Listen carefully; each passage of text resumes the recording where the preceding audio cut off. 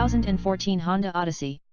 As much as we wished this review of Honda's refreshed for 2014 Odyssey minivan focused solely on the rig's awesome built-in Honda vacuum cleaner, it wouldn't have been very useful to those of you actually interested in how well this minivan, does minivan things. We did, however, cover the vacuum in a separate, slightly informal test.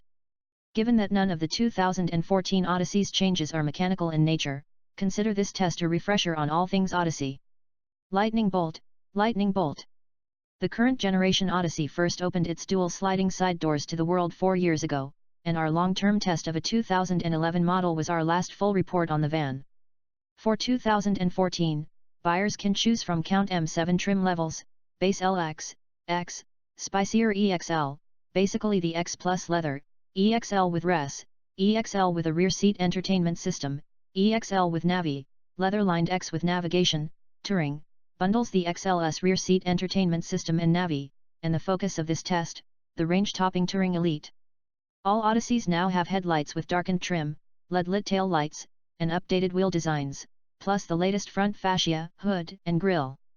While not drastically changed in appearance, the van still looks quite sharp for a big box, and it retains its low and wide front end and snazzy lightning bolt side window line zigzag. The dashboard is reconfigured with easier-to-read gauges and now accommodates a second, low-mounted central display devoted only to audio and phone functions on X models and up. We find the new dual-screen setup a bit ridiculous and unnecessary. You can, for example, have audio information displayed on both screens at the same time.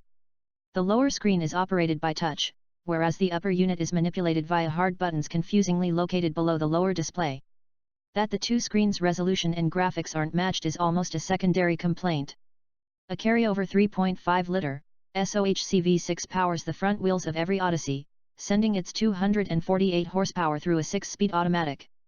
The 6-cog unit was previously available only on upper trims, leaving lesser versions with a 5-speed and lower fuel economy figures, but now all examples have the better EPA-bestowed ratings of 19 mpg city/28 mpg highway. Our loaded Touring Elite managed a decent 22 mpg over more than 1,300 miles of driving. People, and seat, hauling rejoice. Parents afraid of giving up any semblance of driving pleasure by switching to a minivan, the Odyssey remains among the very best minivans to drive. Our recorded test numbers paint a rather mediocre dynamic picture: 0.75 G around the skid pad, a long 197-foot stop from 70 mph, but seat of the pants impressions convey a buttoned-down and willing performer. Unfortunately, Honda hasn't sped up the van's slow steering, which makes for lots of arm flailing during parking lot maneuvers. It feels out of step with the lively and capable chassis, although to be fair, hair trigger turn-in is between a lift kit and deployable pontoons on the wish lists of most minivan shoppers. The transmission is another carryover item we wish Honda had tweaked. It upshifts as early as possible, which is understandable in a world rife with tightening efficiency regulations, but it also stumbles over itself finding the right gear when you call for a downshift. The eons it takes to select a cog, usually not the one wanted or needed, means many passing opportunities will go missed. The automatic even manages to flub upshifts, at times introducing a lumpy, ill-timed short shift while the driver is still accelerating. Luckily, the smooth V6 mitigates the transmission sins and yanks the 46 18-pound Odyssey to 60 miles per hour in an impressive 7.5 seconds. To go along with its sporty chassis, the Odyssey continues to hold plenty of mainstream appeal thanks to its smooth and comfortable ride. The third-row seats smoothly fold into the floor to create a flat cargo hold, although we noted that removing the second-row chairs is cumbersome, taking us upward of 10 minutes and requiring a second person. Because they don't fold into the floor, the Odyssey's second row must be removed entirely and in 3 heavy pieces. With every seat in place, there's plenty of room for up to 8 pieces of human cargo. At $45,280, the Touring Elite isn't cheap, but it could convincingly wear an Acura badge.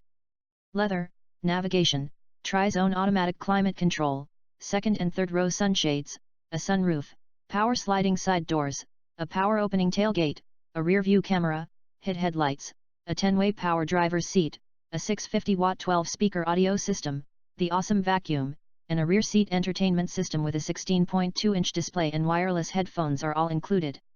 Onboard safety gear includes lane departure warning, forward collision warning, blind spot monitoring, and front and rear parking sensors. If you can do without some frills or safety features and seating for only $7, the basic LX brings the same essential goodness for $29,655. To see what comes on other Odysseys, read our breakdown of the 2014 lineup's pricing. Regardless of which model is chosen, the Odyssey performs its duties far more effectively than would almost any three-row crossover, and it's more stylish than direct competitors like the Dodge Grand Caravan or the Nissan Quest. If you need a family box, we'd say look no further than this Honda. Thank you for seeing our video. We are pleased to share an interesting thing to you. And we hope you like. If you want to get our latest video, please subscribe to our channel.